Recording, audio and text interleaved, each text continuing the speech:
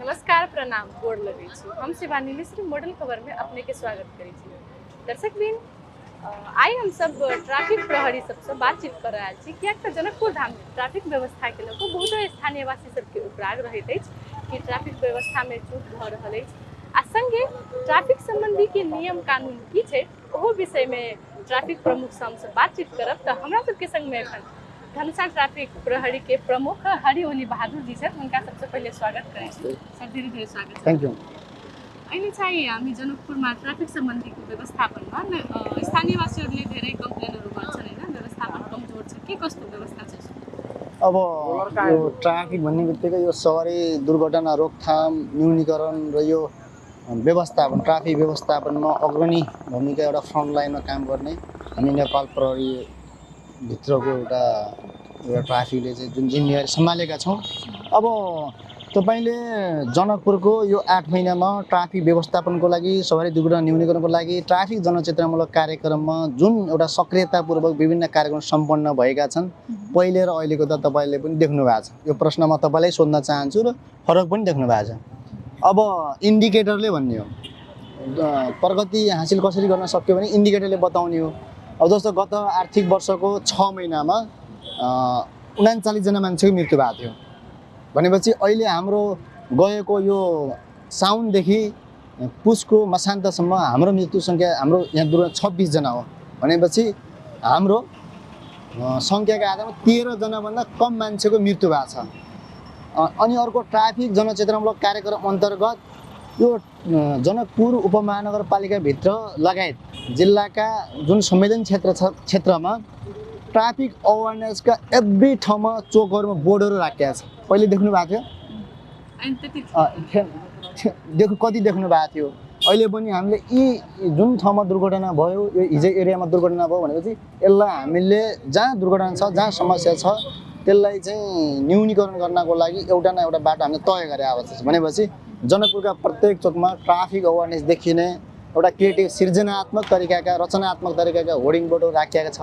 विभिन्न स्कुलहरूमा विभिन्न क्लबहरूमा विभिन्न कार्यक्रमहरूमा हाम्रो कार्यक्रम पनि जनचेतना हेभी छ।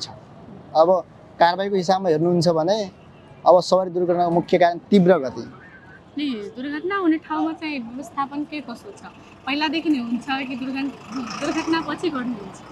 यस्तो छ, हेर्नुहोस्, एक्सिडेन्ट प्रोन एरिया भनेर दुर्घटना सम्भावित क्षेत्रमा र दुर्घटना भएका ठाउँमा पनि हामीले एक्सिडेन्ट प्रोन एरिया भनेर स्पिड लिमिटका र अन्य बोर्डहरू राखेका छौँ।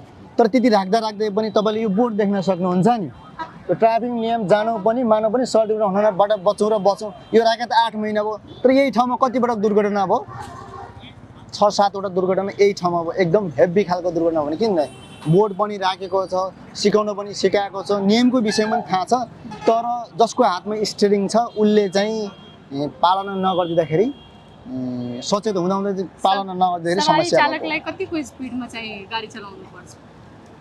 बजार एरियामा सम्पूर्ण जस्तो यो सहरी क्षेत्र छ जहाँ बजार क्षेत्र छ त्यो स्पिडमा सम्पूर्ण सवारी साधनको स्पिड लिमिटको 30 किलोमिटर पर आवर हो। अब हाइवेमा विभिन्न सवारी साधन अनुसार तोकिएको छ। अब यहाँ हेर्नुहुन्छ भने त्यस्तो छैन। अनि के भन्छ आम जनताहरूलाई ट्राफिकको सम्बन्धी जानकारी गराउन चाहे जनचेतना जनाउनको लागि के कसो प्रयास भइरहेछ? अब यस्तो छ, हामीले आएदेखि मैले आएको केही दिनमा एउटा ट्राफिक जनचेतनामूलक कार्यक्रम सप्ताह पनि हामीले मनाएका थियौँ ठुलो हेभी मात्रामा। अब तपाईँले हेर्नुहुन्छ भने सङ्ख्याका आधारमा करिब हामीले 40 भन्दा बढी स्कुलमा अन्य पटक बाटोमा र विभिन्न ठाउँमा गरेर हामीले करिब 95,000 बराबर मान्छेलाई प्रत्यक्ष रूपमा हाम्रा 17 वटा युनिटले ट्राफिकका पर्चा पम्पलेट वितरण गर्नेदेखि लिएर ट्राफिक नियम मान्नुपर्छ जान्नुपर्छ भन्ने लगायतका विषयमा हामीले कार्यक्रम गरेका छौँ। यही सक्रियताको कारणले त हाम्रो 39 जना मृत्यु भएकोमा अहिले जाँच्नु हुन्छ 26 जनामा घटेको छ भने चाहिँ सङ्ख्याका आधारमा 13 जना कम मृत्यु भएको छ। अब गत आर्थिक वर्षको यो 6 महिनामा 598 जति सवारी साधन कारबाही थियो। अहिले 495 समथिङ दुर्घटना सङ्ख्या पनि 100 का दरले घटाएको छ। तर अब यो घट्यो भने हामीले भन्ने चुनौती त छ, व्यवस्थापनको चुनौती, यो जस्तो जनकपुर हेर्नुहुन्छ ई रिक्सा व्यवस्थापनको चुनौती, गाडीको व्यवस्थापनको चुनौती, पार्किङको चुनौती, साँघुरो बाटो।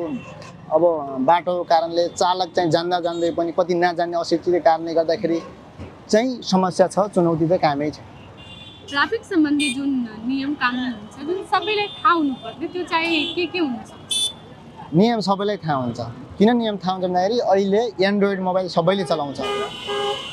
ट्राफिक नियम पालन नगर्दा, मापसे सेवन गर्दा दुर्घटना हुन्छ भन्ने सबैलाई थाहा छ। लापसे गरेर सवारी चलाउँदा दुर्घटना हुन्छ भन्ने सबैलाई थाहा छ।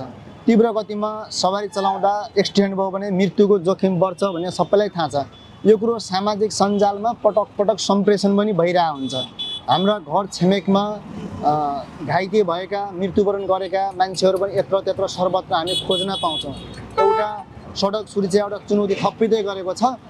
तर तपाईँले यो एन्ड्रोइड चलाउन जाँदा यसलाई नियम सोद्धाखेरि उसलाई नियम थाहा छैन। उसलाई थाहा छ तर थाहा छैन, तर उसले पालना गर्दैन। यो पालना नगर्नको कारणले समस्या भएको, नजानेर होइन, जानेर पनि पालन नगर्दाको समस्या भएको। नियमलाई उल्लङ्घन गर्ने सवारी चालकहरूलाई के कसो सजाय छ?